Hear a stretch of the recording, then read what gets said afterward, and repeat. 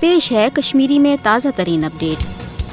مقبوض جوم تو مز بھارتی قابض فوجچ قتل و غارت گری لوٹ مار تو مابقی پرتشدد کاروائن ستھ آزادی پسند قشرن ہز گرفتاری ہند سلسلہ تہ بدستور جاری۔ مودی حکومت پبلک سیفٹی ایکٹ UAPA تو مابقی انسداد دہشت گردی ہند سخت قانون تحت حریت رہنما تو آزادی پسند سیاسی ورکرن گرفتار کران۔ بھارتی بدنام زمان تحقیقاتی ایجنسی NIA SIA تو ED تہ بطور ہتھیار قشرن ہز حق خود ارادی تحریک دباؤ باپت استعمال کرنے۔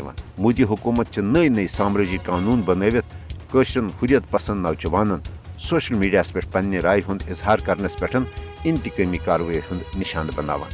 انسانی حقوقن ہندین علم بردارن تو قشرن صحافین خلاف تہ افزن الزامات تحت غداری ہی سنگین مقدم قائم کرنے۔ اکہ طرف مودی حکومت مقبوض جوم تو مز امن واپسی ہند میڈیا پروپگنڈ ذریعہ عالمی برادری مقبوض جوم تو ہز اصل صورتحال نش گمراہ کرنے کوشش کران۔ یل زن دویمہ طرف بھارتی قابض فوج انسانیت سوز کاروائین غرن کرنے باپت نئے بھارتی میڈیا پالسی کن مقبوض جوم تو مز آزاد تو غیر جانبدار میڈیا پہ بھارتی فوج کے دس انسانی حقوقن ہزن سنگین پامالین تو مقبوض جوم تو ہز ناسترا صورت حال عکاسی کرنس پہ سخت قدغن لگان آمز۔